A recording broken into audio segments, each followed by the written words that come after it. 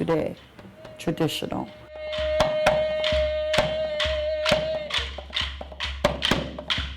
It actually came from my studio, dance studio back in Hawaii. The name of the studio there was called the Ilima Hula Studio. So when I moved, I had to think of a name of the studio, so I called it Napua Ilima o Kehaulani.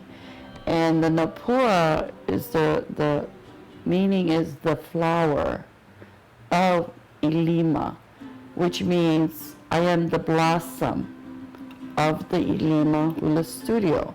But I also put my name of Kehaulani. So the flower Ilima of Kehaulani is the name of the studio. And Kehaulani means the morning dew of heaven. So all of that blended within my whole lineage of hula.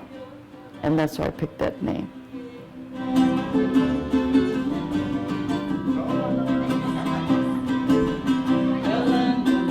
The halau is really loving, and it's seriously a huge ohana, like the biggest ohana I've ever been a part of. I think it makes kids stronger because I watch them as they grow. When you take that whole concept of being ohana within the halau, you take that with you wherever you go, whether it's school, work, or home. Some of that stuff go home with them. We call each other hula sisters. That's what we are. I mean, we get mad at each other, we love each other, we argue, but we love each other in that hula sister kind of way.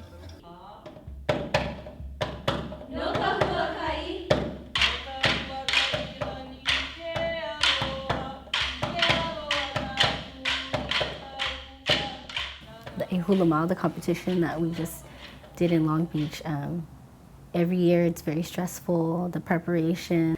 But you always respect comments. It's just constructive criticism. They only want you to do the best because they know and they can see that you can do your best. So I've given you the tool, I've given you the knowledge, I've given you as much as I can give you.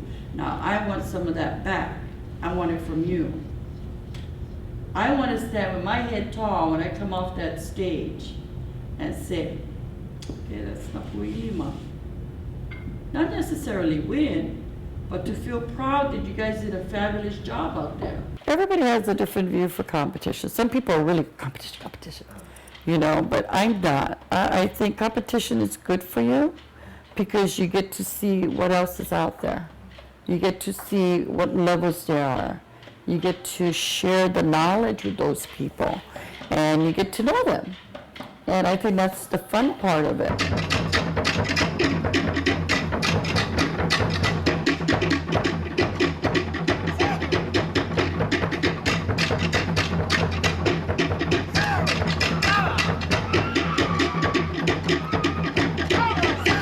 And other than the dance, we learn the culture.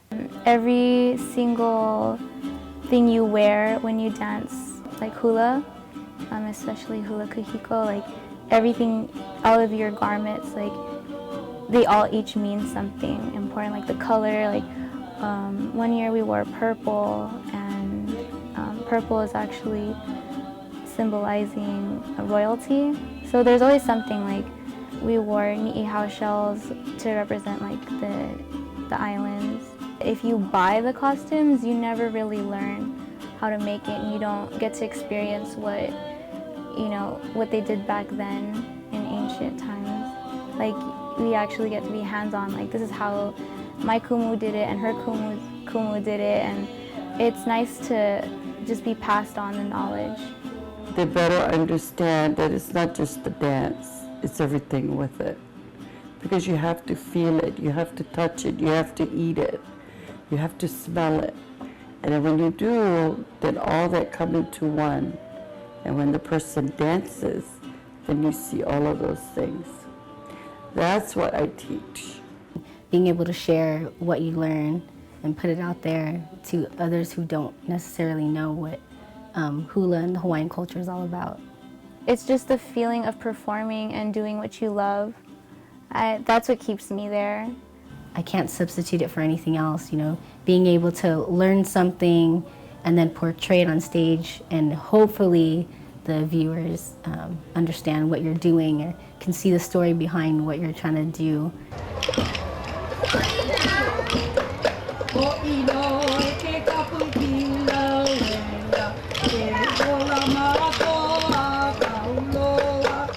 You know, I think I was 23 when I started. Most of the girls, when they start off dancing, they're little kids or keikis, and they're like, you know, 5 years old, 6 years old. The one that really keeps me going is the little ones. And because they're our future, they're the ones who will be the next generation. And we've already gone through 3 of them.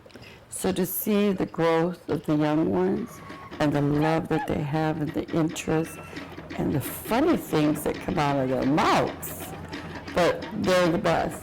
And I think that's what keeps me grounded with it, is to know that the young ones are coming in eagerly to learn the culture and the dances. Because I know they're continually coming, you know, and passing this information on. It's not about the competition, or it's not about like who's the best dancer in the halau. It's just what you take from it. Whatever I learn, I hope that I learn it correctly and that I can portray that to the next person, you know, to the younger ones who are growing up, and that, you know, they want to know the same way. That's why it's very important that if you are going to do hula and perform it and share it with others, that you perpetuate the correct ways of doing it. It has to be passed. It cannot be kept one place. If you don't pass it on, then your generation dies. That's it. You know, who's going to be the ones to teach it? Who's going to be the ones to continue it?